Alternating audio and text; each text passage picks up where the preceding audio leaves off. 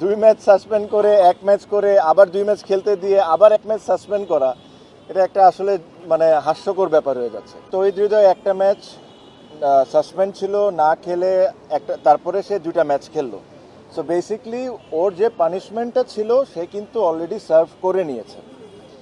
এখন দুইটা ম্যাচ খেলার পর কালকে শুনলাম যে তাকে আবার সাসপেন্ড করছে। এটা কোন রুলে কোন দিকে কিভাবে করছে এটা আমার কাছে জানা নাই।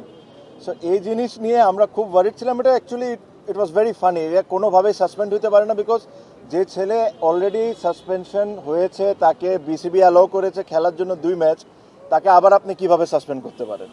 সো এটা একটা আমাদের একটা বড় পয়েন্ট ছিল।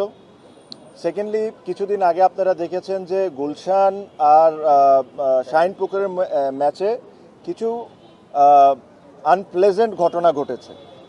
আমরা এই জিনিসটা ক্রিকেট বোর্ডকে ভেরি ক্লিয়ারলি বলেছি যে দেখেন, যদি ওখানে কোনো ধরনের কোনো কারাপশন হয়ে থাকে বা কোনো প্লেয়ার কোনো রং ডুইংসে থাকে, আমরা সবাই চাই এটার শাস্তি হোক, আমরা এটার সাথে 100%। বাট তার মানে এটা না আর কাউকে এটার কোনো অধিকার নাই আপনি ওই দুইটা ছেলেকে নিয়ে যায় মিডিয়ার সামনে তাকে দিয়ে অ্যাক্টিং করাবেন। এটা ওয়ার্ল্ডে কোনো অ্যান্টি কারাপশন বা কোনো জায়গায় এই নিয়ম নাই। আপনি ওই দুইটা ছেলেকে বেজ্জত করবেন মিডিয়ার সামনে, সেম জিনিসটা অ্যাক্টিং করায়। So these are an insult towards cricketers. এই জিনিস নিয়ে আমরা এক ফোঁটাও হ্যাপি ছিলাম না।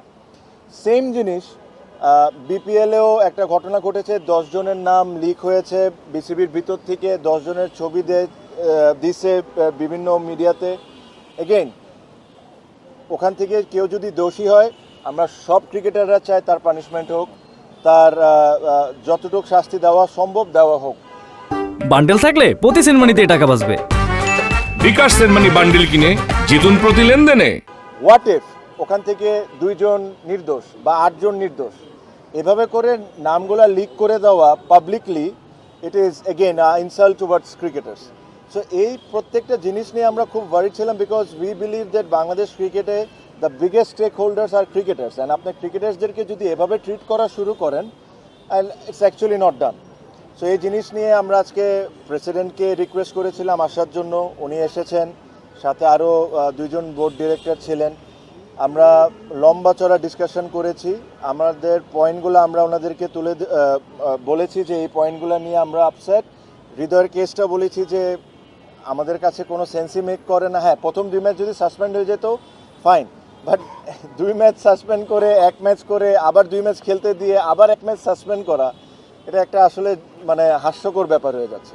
সো এই জিনিসগুলো নিয়ে আমরা তাদেরকে বলেছি যে আপনারা দ্রুত ডিসিশন নেন আর আমাদেরকে জানান, যেহেতু কালকে খেলা। আই এম শিওর ওনারা একটা সময়, আমার মনে হয় খুবই দ্রুত একটা ডিসিশন দিয়ে দিবেন, আপনারা সবাই হয়তো বা জানতে পারবেন, আমরাও জানতে পারবো। সো বেসিকলি এইসব জিনিস নিয়ে ছিল, এর চেয়ে বেশি কোনো কিছু না। সব ক্রিকেটাররা এক হয়েছে বিকজ অনেক লাস্ট 2-3 মাসে ইনসিডেন্টগুলো সবাইকে বদার করছিল। সো এই কথাগুলোই বেসিকলি হচ্ছে, এর চেয়ে বেশি কোনো কিছু না।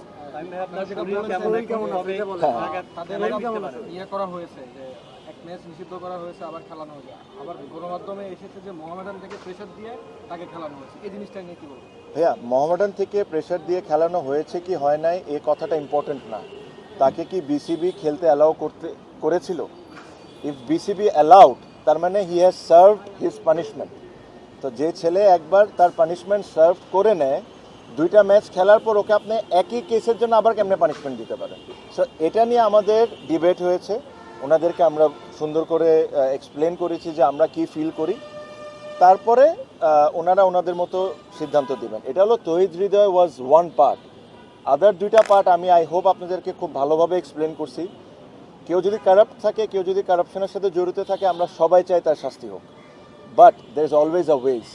আপনি তাদেরকে পাবলিকলি হিউমিলেট করতে পারেন না, that is not right. Thank you. আমি আল্লাহর রহমতে ভালো আছি ভাই, আর ইনশাল্লাহ খুবই ভালো আছি, হেলদি। আর সবাইকে আপনাদেরকে থ্যাংক ইউ যে আপনারা সবাই দোয়া করছেন। ভাই 3 মাস পর ইনশাল্লাহ।